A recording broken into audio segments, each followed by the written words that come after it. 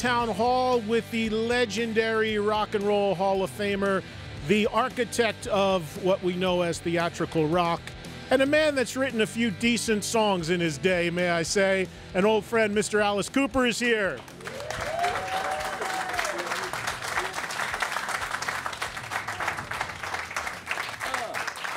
Oh, look at that.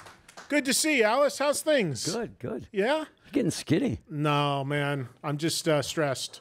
I have no stress at all. You don't? No. You're always like, I want to be like this. I want to be like Alice. I'm easy. Look at him. I mean, cut my head off every night. It makes a big difference, you know.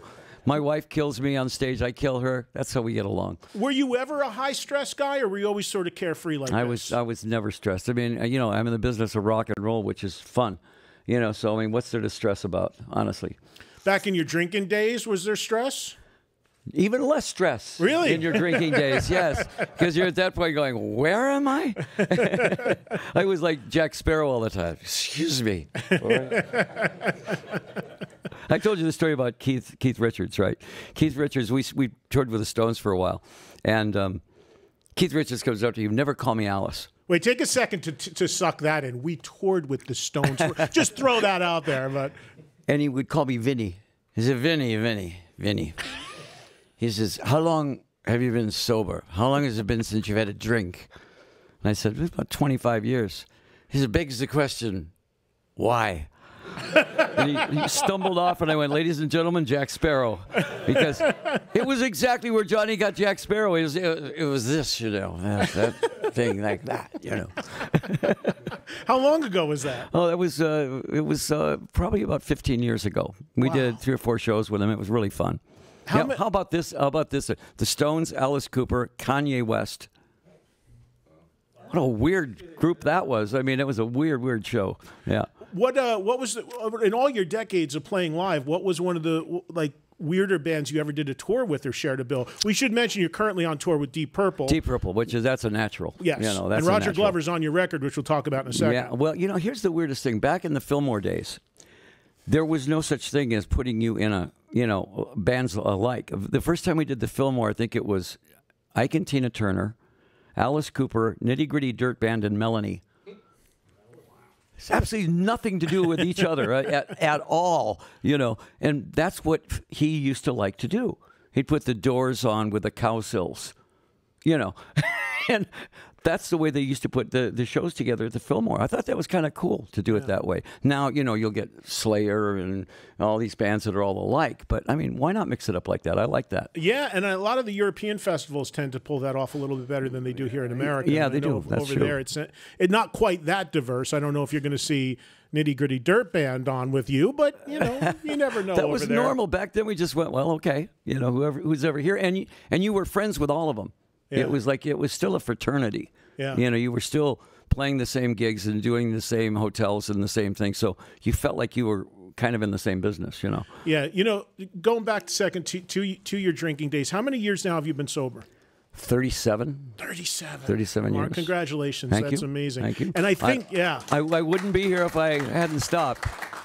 I would have joined the other Hollywood vampires that are in the grave, you know. Yeah, well, you know, and I think today, if I'm not mistaken, today is the 35th anniversary of, is it From the Inside? I don't know if you realize that. Wow, I didn't know that. But I think today is. Wow, that's odd. That's really weird. A time that you were probably anything but. So, well, right? No, it was right after I got out of the hospital, and I wrote an album about being in the hospital with my best friend, with Bernie Taupin. Bernie was my best friend. And both being lyricists, the hospital I was in, I was the only one in there for alcohol. Everybody else was in there for killing their uncle, or, you know, and I didn't realize that. It was like this really rich hospital, and I started talking to people, you know, I said, so what was your substance? You know, well, substance. You know, I found out that this guy, you know, had chopped up his uncle and put him in a trunk and sent him. And instead of going to jail, they went to this mental hospital. You know, so I went, this is like, you know, a virtual treasure of characters to work with. I had Jackknife Johnny, who was like a Vietnam vet. I had Millie and Billy, These are real people. Real people. Yeah. And I just kept telling Bernie these characters, and we just started writing, and it ended up being an album. When you were in there, were there people that came up and was like, holy shit, it's Alice Cooper? Or were you fairly kind of low-key and anonymous? Nobody had any idea who I was. No idea? No. These people, it was like being in a Kurt Vonnegut novel. You know, one lady would sit there. She looked exactly like Lily Tomlin, you know, that in playing the really and laughing. And she had her purse like this, and she had coffee and Coca-Cola, and her lawyer would come every day and spend 8 hours with her. She owned Alcoa, I think, or something. Oh, wow. And she was in there. She said, I'll be getting out of here in a week or so. Of course, she was in there the whole time. You know, no telling what she was in there for. But the very last day, I had a guy named Joe that was about 85 years old, and we're both in our robes, and I'm getting out the next day. And Joe's sitting there, you know, and he says, Alice, he says, tomorrow you're going home. He says, and you're going to get your career back, and you're going to get your wife and your kids back, and you're going to have a great life. You know, and I went, oh, thanks, Joe. And he says, and someday I'm going to get out of here. And I said, oh, yeah. He said, and when I do, I'm going to kill you.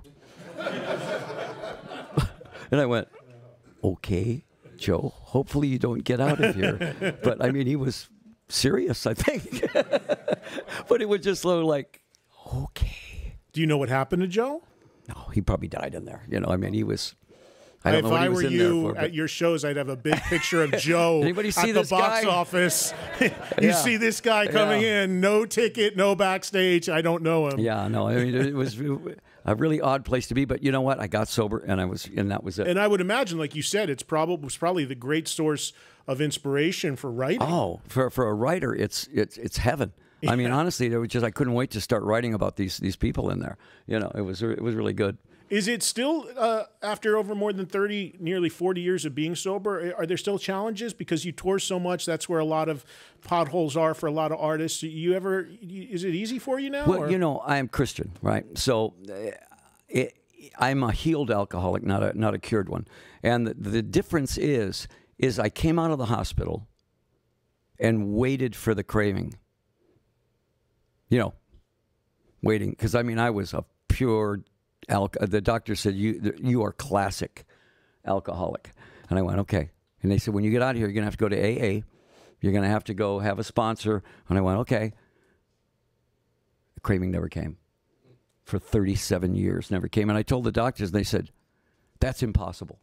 And I said, well, it's possible. I said, I think my family prayed it out of me. You know, and it was a pure miracle. I mean, even they said it's a miracle that you're not cheating and hiding bottles around the house. Yeah. And I said that's gone. It's just totally gone. Especially in this environment, being a rock guy. Oh no, even in the worst, most stressful conditions, you're gonna host the American Music Awards with Diana Ross. Now, normally that would, you know, like that, and I just, so what? Yeah. You know, just do it. Did your love of golf coincide with you getting sober? When I quit drinking, I started playing golf, which most people start playing golf and start drinking because it does that to you. It was, for me, I had to find an addiction that wasn't going to kill me. And every other addiction I had was killing me. So I went out, and I was a good baseball player. So I went out and I hit one golf ball, and it was like right down the middle with a little draw on it. And I went, oh, that felt good. And I realized I was addicted right then. I play 6 days a week. Still. Yeah. After 37 years, I play every day. Yeah, that even outside of the country, you played it. Play everywhere. Really? That we just played in the northernmost golf course in the world in Norway, in the Arctic Circle. It was basically a field with a stick in it, you know. But we played the course, and then we played the greatest courses in the world. So I mean, you know, we play every day. It's a rock and roll sport now. I've never golfed, and people who do it tell me they'll look at you don't want to get started in it.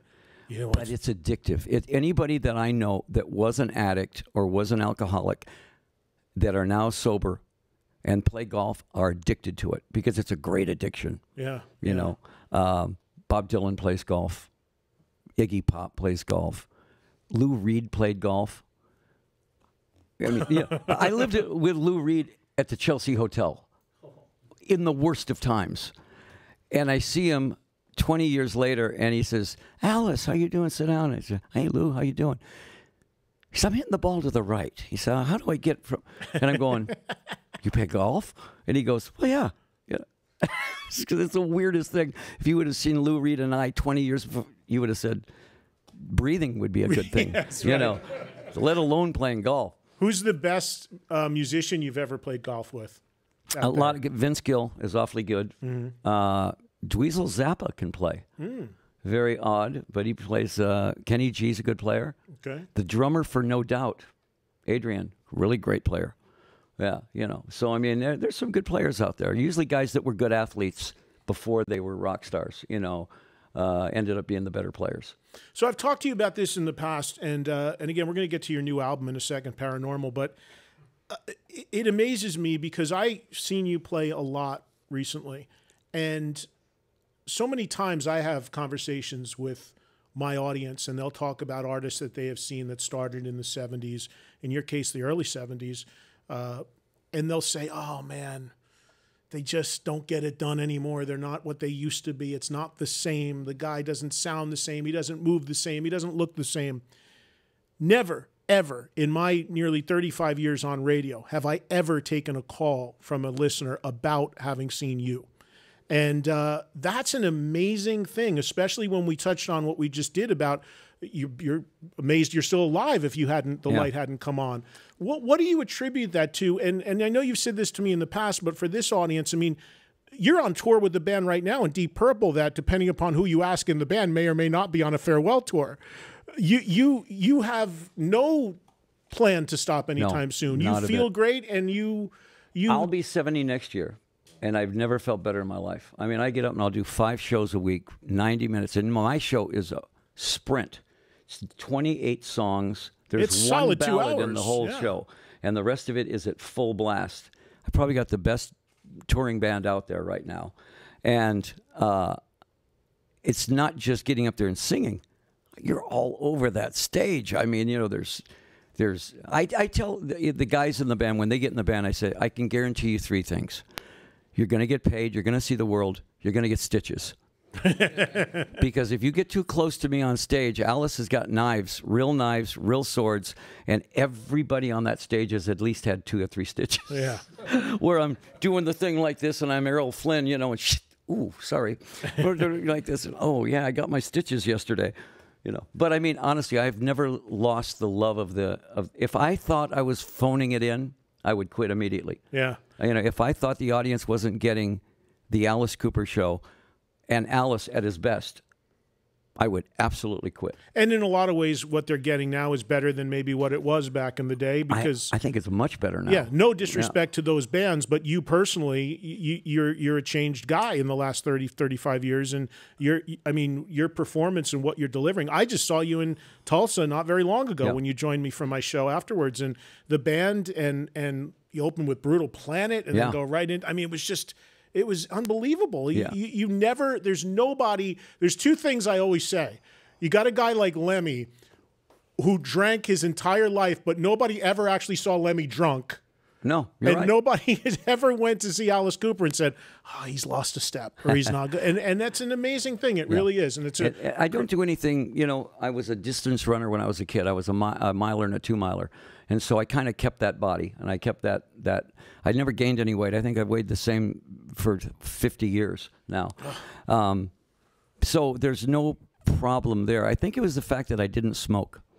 I didn't smoke cigarettes ever.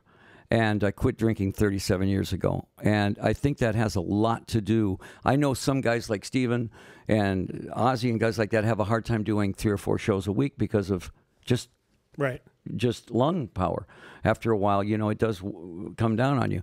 Steven still does a great show out there, and so does Ozzy. But the fact that I could do 10 shows in a row. And that's the difference. Don't tell Shep that, but, you know. Steven wants 3 to 4 days off between shows. Yeah, a few days off. You're doing back to back. Yeah, so. we're doing over 120 shows this year in this tour. And it never bothers me. If we had to do 5 in a row, that'd be no problem with me. Shep, if you're listening in Hawaii, Alice wants to work more, it sounds like. Like I said, I only like doing 3 shows. And no, I mean, it's the very idea that I get to play a character that I'm nothing like. I get to play this villain. Yeah. That's so much fun to play. Yeah. It's like being Alan Rickman. Yeah. You know, I can do an imitation of Alan Rickman in one word. Firm. Is that Alan Rickman? Firm. But he was such a great, arrogant, kind of like condescending character. And I always thought that's a great character to play as a rock guy. Yeah, absolutely. All right, we got to hit a break. We're going to come back. I want to talk about your new album, which is out now, called Paranormal. Alice is currently out on tour with Deep Purple, as I mentioned. And also, we should touch a little bit on the Hollywood Vampires and what the future is for that band. And then we'll, in our final segment, we got a great audience here, some questions from the audience. Okay. Should mention also that we are not only on SiriusXM Radio, but we are also on Facebook Live. So welcome to everybody watching. Thank you to everybody listening. Thank you to everybody here in the audience. We'll come back. We'll talk some more about what Alice has going now with this great new record, which has just come out. And we'll finish up taking some questions from the nice folks sitting right in front of us. More coming up. It's Eddie Trunk with Alice Cooper, SiriusXM Town Hall.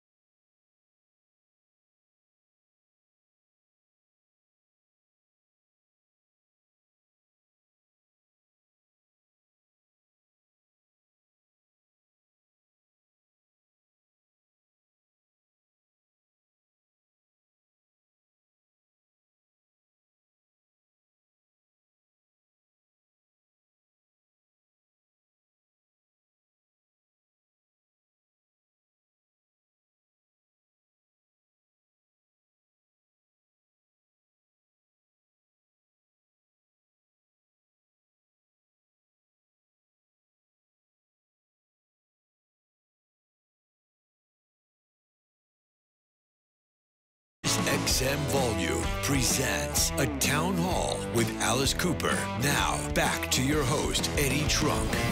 All right, so we're going to change the order a little bit here, I'm told, and we're going to take some audience questions now because we want to make sure, this being a town hall, we have people sitting right in front of us, that we get everybody in before I keep yapping and take up all the time. So, to get right to it, we're going to start off with Terry Cressman. Where is Terry? Hey, Terry. Let's get you a microphone and fire away at Alice Cooper. Hi, Alice. Hi. What stunt did you do during one of your shows that still haunts you today? Okay, at one point, it was unintentional. When you're doing a show like mine, there are a lot of Spinal Tap moments. that you're not expecting to happen. Everything's working perfectly. I have a sword that I use on stage is actually belonged to Errol Flynn. It was one of his dueling swords, and either Captain Blood or one of those movies. I'm pretty good with it. I look pretty good up there like that, and I'm going to stick it in the stage, and I stick it through my leg, right through my leg. And when you have that much adrenaline on stage, it hurts, but it doesn't hurt that much.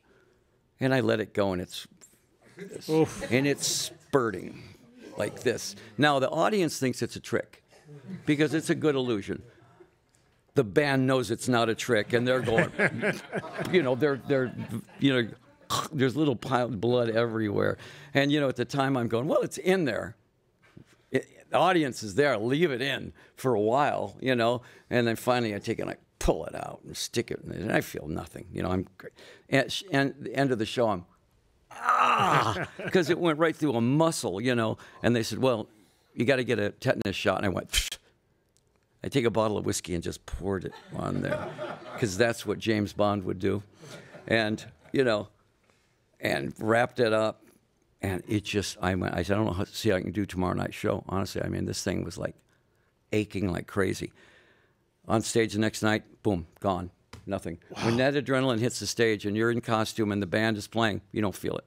You don't feel it at all. If you probably do, but you're ignoring it, And right after the show, it's, but it was a great illusion. It looked like a great illusion, but this, and it wasn't supposed to happen. And they were saying, well, we should do that every night. I went, I don't think so.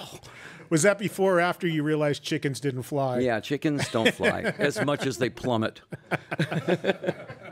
Reb Beach once told me a story when he was in your band about the snake and the snake taking a crap on stage all over his pedal board. It was, and the smell being so bad he literally almost vomited during the show. To make it even more picturesque, it's at the House of Blues.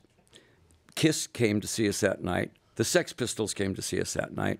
And I've got this snake up there. And normally the snake does what it's supposed to do. And the people are laughing at the wrong place. And I went, what are they? And the snake is just going.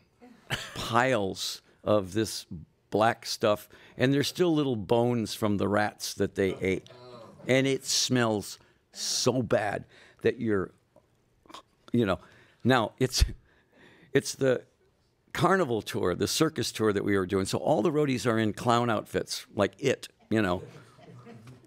and they come out and they're wiping it up and they're throwing up. Now I got throwing up clowns, and I've got snake crap everywhere, and I'm holding, and I'm covered in it. Oh. And Johnny Rotten comes in after, he's the greatest thing I've ever seen. It's the most, and I told him, I said, well, I know just where to touch the snake to make him go, like I did that on purpose. This is the greatest show I've ever seen. It's the most amazing thing. I said, the hard thing is doing it every night like that. Yeah. Let's get one from the folks watching on Facebook Live. This is Jim Ward, and I'll let you know what Jim had to ask. He said, I've read Alice was friends with Salvador Dali. Did he ever receive a painting, and what was your relationship? Salvador Dali came to the show, and he said, of course, everything was about Salvador Dali. The world was Salvador Dali to him. It is surrealism. He says, it is my painting come to life. It is because I had crutches, and all that stuff. And I was a big Salvador Dali fan. The whole band was. So that stuff did seep into the show. And, so to him, it was surrealism. To Groucho, it was vaudeville. To, anybody that saw it just put their own values on it. So he says, I'm going to do a project, and I want Alice to be the center of it. And it was a moving hologram. It was the first hologram where the actual hologram moved. So it spent a week doing this project with him. He would speak one word in French, one word in English, one word in Spanish, one word in Italian. So you only got one word every five. And you're sitting there trying to understand him. And he speaks like his paintings. It's everything's surrealism to him. So after 5 days of this, the press conference comes, and they said, what was it like working with Dali? And I said, I have no idea. I said, you know, it was, I never understood a word he said. And Dolly says, perfect. He says, the perfect form of communication is chaos and confusion. And I went, you speak English? And he goes, of course I speak English. You know, for 5 days, he didn't speak English to me. And I'm trying to figure out what he wants me to do in this whole thing. Could have spoken English, but he didn't. So, I mean, he was the most bizarre character I had ever met in my life. There's about 10 stories about Dali that are so crazy that they don't sound like they could be real, and they're real. Where's Larry Siegel? Right here. Hey, Larry, go ahead. You're up next. Hey. How are you, Alice? Hi. Have you ever thought about creating a TV series or movie based on Steven character? Well, the Steven character, everybody, you know, wants to know what that character is. And, you know, Kurt Vonnegut had a character named Kilgore Trout that ran through all of his books. And I kind of wanted a character that ran through all the albums named Steven. And I realized after a while that Steven is the little 7-year-old boy that lives in all of us, you know, that we like to let out every once in a while. He's always in wonder of everything. But he's a little 7-year-old boy that, you know, why do we dress the way we do? When you were 7, you dressed just like that. You had shorts on, a shirt, and little sandals. Most guys dressed like they did when they were little kids. And that's that Steven character trying to get out. So I said, you never want to lose him. You know, why do we go to scary movies? You know, because it's that 7-year-old kid wanting to go see a scary movie. Why do we go to amusement parks? Why do we do all that? We're just big kids. Right. And so that character runs through all of my albums. Cool. Thank you. Yeah. Where's Renee Vincent? Hey, Renee. What was going through your mind when you came up with your theatrical stage act, and how did you come up with the dynamics for it? Rock and roll was full of rock and roll heroes. The Beatles, the Stones, all heroes. There were no villains. We had a ton of Peter Pans and no Captain Hook. And I went, I will gladly be Captain Hook. I will gladly be Moriarty. I would love to be the villain. In order to be that villain, not only did you have to have a show that will support that villain, in other words, you had to do something other than what all these other bands were doing, and that meant make the lyrics come to life. If you were going to say, welcome to my nightmare, don't just say it, do it. Show them the nightmare. Give them the nightmare. Nobody had ever done that. So it took a lot of time. It took a lot of rehearsal. It took a lot of money. But to produce that, then you can have your villain. Then your villain can walk out and look at the audience and go, this is my world here. You know, welcome to my world. Well, it worked. The audience loved it. It would not have worked if you didn't have the hit singles. If you just had the albums, it would have been a puppet show. Mm-hmm. But if we did a rehearsal 9 hours, 8 hours was on the music, and 1 hour on the theatrics, because the theatrics came easily. Do you think that you would have had? Do you think the songs that were hits would have been hits without the theatrics? They were. They actually were hits without the theatrics, because the general public had never seen Alice Cooper when 18 came out. They heard the song and went, oh, what's that? Because it certainly was different. It was like the first punk hit, really, right. You know. And then when they heard School's Out, by this time we had started to become very notorious, you know. But School's Out was that anthem that everybody bought into, because who didn't want that last 3 minutes of the last day of school when you were going to be out for 3 months? I said, we capture that on tape. It's going to be a great anthem forever. And that's what we got with School's Out. But that always came first. You always had to make the cake before you could put the icing on it.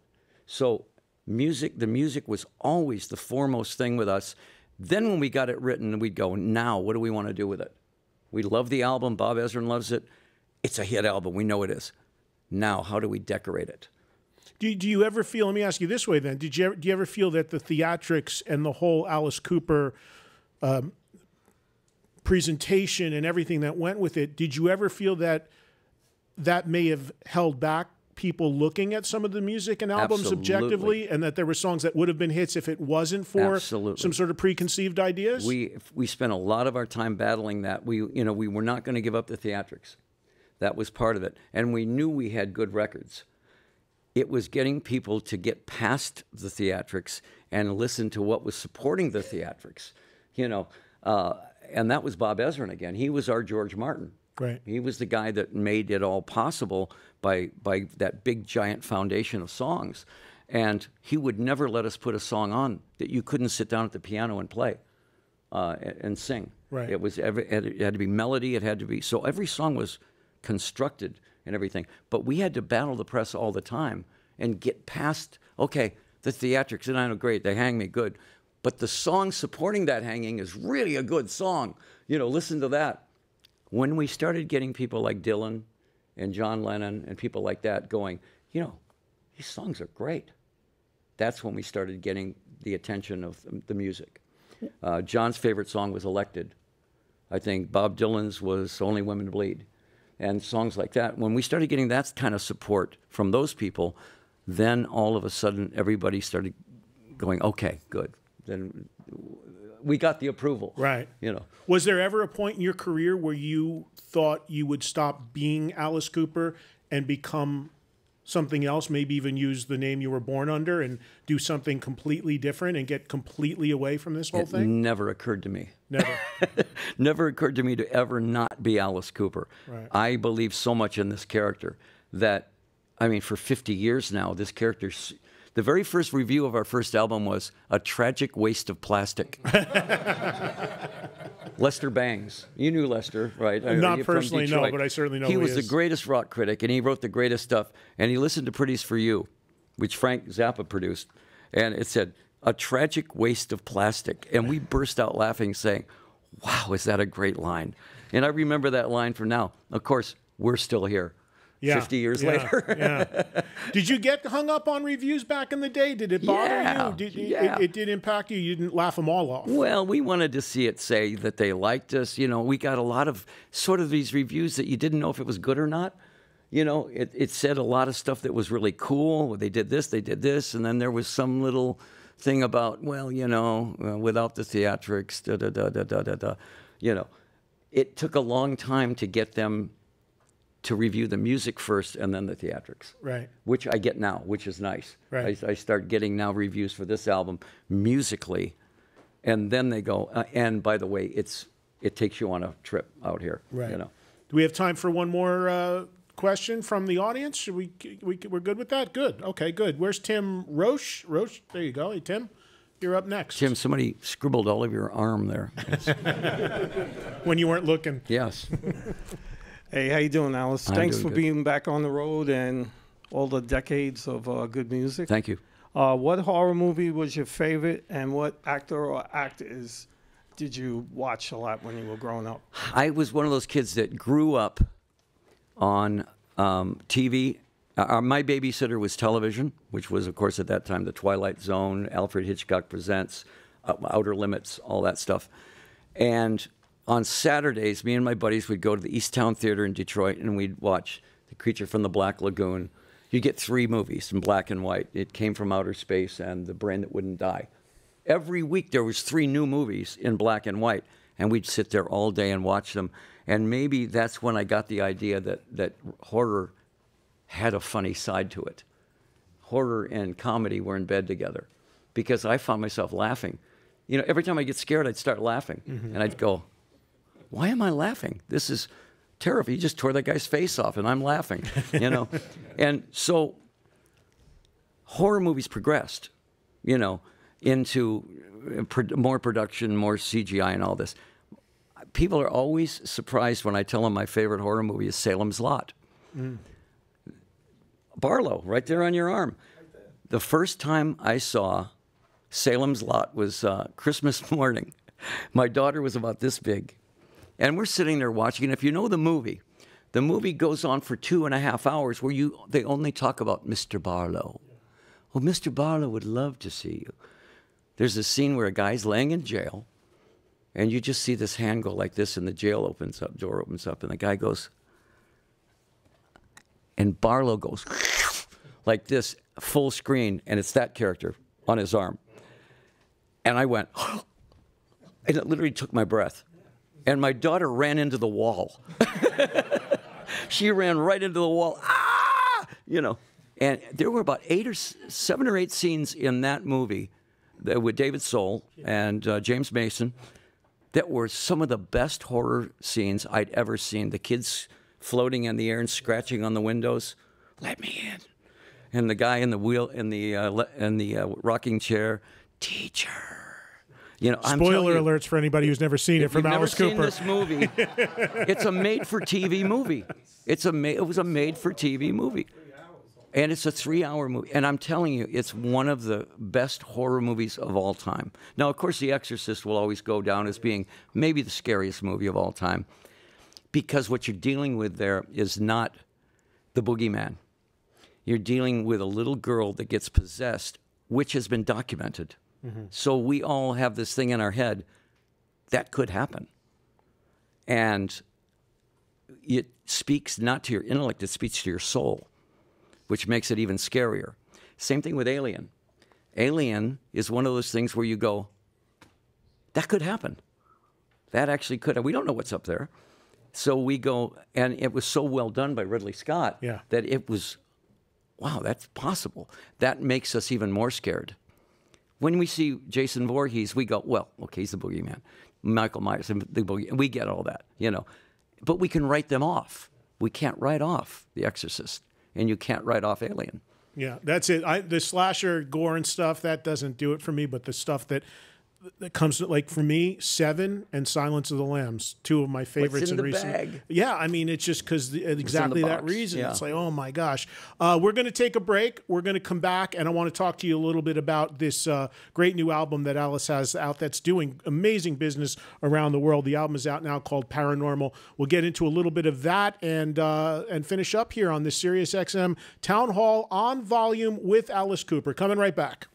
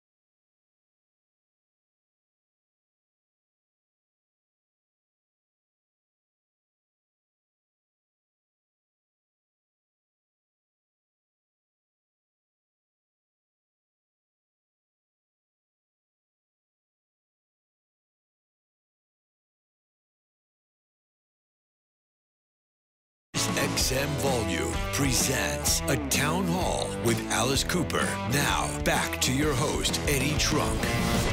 Always great spending some time with the great Alice Cooper here on this SiriusXM Town Hall here on Volume. So here's what we're going to do with the remaining time that we have. We have one more person here who we have to let do a question, who's in the audience.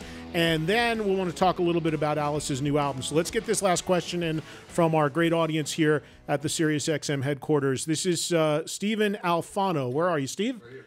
Go ahead, man. You're up next. Let's get a mic on you. There you go. Yeah, just wanted to say first thanks for being Alice, giving us Alice Cooper in all these years. And you touched on it, but I wanted to ask about the connection with Elton John. But you said Bernie Taupin was your friend? Yeah. And was he from Detroit? No. Bernie and Elton both came over from England. Elton was basically played piano in pubs, and he was just starting to write songs when I first met him. And he had I think one record out. And they came to the Hollywood Bowl Show. And at the Hollywood Bowl Show, we had everything from camels to elephants to everything. We did everything we could. Hell's a Poppin'. It was Olsen and Johnson, Hell's a Poppin'. They're in the front row. And at the very last thing, the School's Out album had panties on it. So that when you opened the album, there was panties.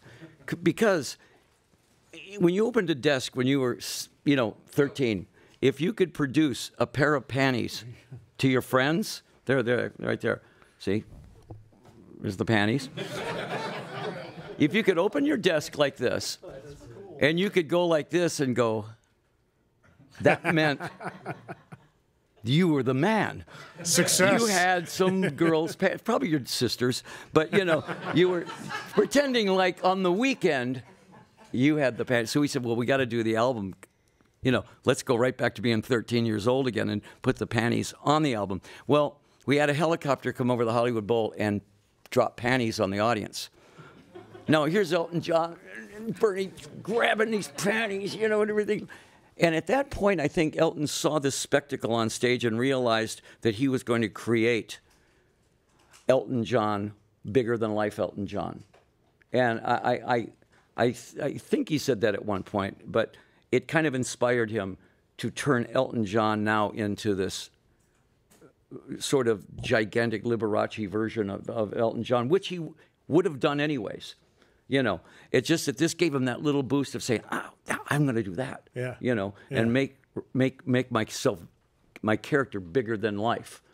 And then he did, and he just took off and made spectacular shows and made Elton John not a piano player now, but a spectacle. And he backed it up with those great records. So I have nothing but respect for him. Sir, I'm going to give you your record back, but I got to be honest, these look a little stretched out. Did you try them on? Did you try them on? You can tell us. In the last 45 years, did you try them on once? All right. You tried them on, didn't you? Yes, you did. Yes, you did. Alice, did you ever try them on? I tried them on, of course. Now, we found the double hit on that was somebody found out, I think Shep probably said the double hit on this is we're going to get them banned. How do we get them banned? They're not fireproof. Oh. So they stopped the panties because they said these panties are not fireproof. And I went, so who's going to be lighting a cigarette down here? Where are they going to be near fire? I said, but it's a great thing. So we got the great big press thing, Alice Cooper's panties, not fireproof. All right, let's segue from a classic album to a future classic here, because this is the brand new album from Alice Cooper called Paranormal. We were talking about this, the packaging. This, of course, is the vinyl. The packaging on this is absolutely incredible. I have the CD, which is my preference, but you really touch on a lot of things, because not only do you have a brand new record here produced by your longtime producer, Bob Ezrin, but you also reunited with the original guys for a couple songs. Yeah. And then there's representation for the current live band, which is so killer, because you have some live tracks with them on there. So talk a little bit about this new record, and I guess what it was like to, specifically, one of the big things talking about it is having the old guys back with you. Well, we started the album, Bob Ezra and I started the album out, and the first thing we said was, let's not do a concept. Let's just do 13 great rock songs. And we worked with Tommy Denanger from Sweden, Tommy Hendrickson, my other guitar player, Bob and I. And we started writing great hooks and started writing great songs. And, all of a sudden we did most of this at Johnny Depp's house because Johnny was doing a movie, and so we used his studio in L.A. We did most of the writing there. And in the end, I listened to it, and I went, I accidentally wrote a concept album because all the characters were paranormal. Every single one of these characters had some abnormal thing going on in their life that all added up to paranormal. Now, paranormal doesn't necessarily mean ghosts and Bigfoot and UFOs. It means other than normal. It means alongside of normal. My whole career's been that. So paranormal was the perfect phrase. Now, Bob says, now in order, we want to do a hard rock album, we're going to do great songs. How do we mix it up? He says, what do you think about Larry Mullins Jr. on drums from U2? And I went, that is such a great idea. You know, is it possible? And he says, they're big Alice Cooper fans. He said that when they were in pubs in Dublin, they played your songs. You know, that's... Did you know any of the U2 guys? Yeah, I met them before, and they'd done schools out at the end of their show before. Oh, wow. You know, so Larry Mullins, I said, first of all, he doesn't play like anybody else. He doesn't go snare, hi-hat. He goes hi-hat, tom-tom. And he changes everything up. I've never had a drummer ever come to me and say, let me see the lyrics. He says, I look at the lyrics and I interpret them on the drums. How cool is that? You know, so, I mean, that's what he did through the whole album. And then the only other drummer on the album is Neil Smith. Right. Neil came in with the, first of all, when the band broke up, we didn't break up with any bad blood. The original band, we just got exhausted after doing 6 albums in a row and never stopping and never stopped touring. I think we just ran out of energy. And we didn't divorce as much as we separated. So we always stayed in touch with each other. You know, I played on some of Dennis's stuff. Dennis played on mine. You know, first time though I got Mike, Neil, and Dennis in the studio playing live together with me singing. I said, let's see if this sounds like 1974. Okay? And we wrote a song called Genuine American Girl, which was originally, I Want to Find a Genuine American Girl.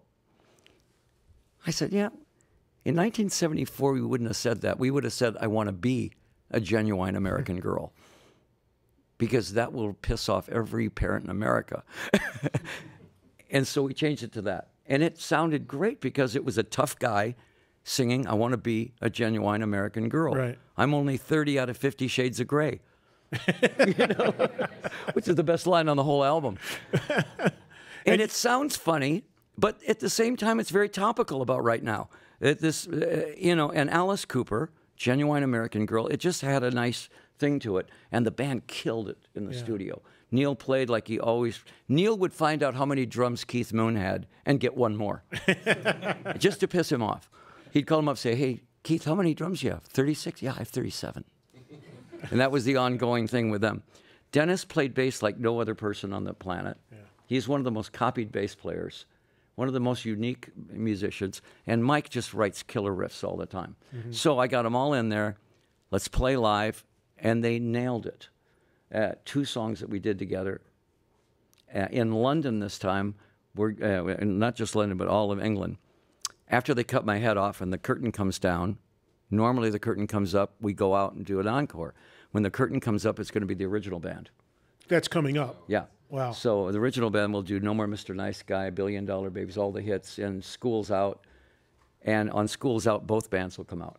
Wow. So it's really going to be fun. That's going to be awesome. Do you plan to shoot any of that maybe? Yeah. Oh, yeah, definitely. Get a DVD out or something of it? We did it in Nashville just to see how it would work, and it was great. Right. It was great. Let me ask you, before we run out of time, about the Hollywood Vampires. Yeah. Because I know that's a project that was a lot of fun for you, and you did some touring with it. And we did it was amazing business we did with that, you know, and at the same time, when you get that many alpha males in one band, you're thinking, oh, this is going to be a nightmare. You know, there was never 1 minute of anybody trying to take over or anybody's ego, you know, jumping over anybody else's. Never a minute of that. Johnny was just happy to be up there playing guitar because he loves that more than acting. And he's pretty good guitar player. I mean, he doesn't play with me. He's played with McCartney. He's played with everybody. Yeah, I've asked a lot of people about that privately. Yeah. I've said even privately, I go, listen, the Johnny Depp thing, I said, is it really just because he's Johnny Depp and it's cool to have this huge actor in the band, or can he really play? I asked some real accomplished guitar players who knew him, and they go, no, he can really play. He's a player. Yeah. In fact, I came in one day, and he was teaching Joe Perry some stuff. And I went, are you kidding me? You know, because Johnny can play all this Django Reinhardt gypsy jazz stuff that nobody can play, you know. And so Johnny's a real deal on guitar. He's not just, in fact, he doesn't want to be in the front. He wants to be the back guy, the guitar player.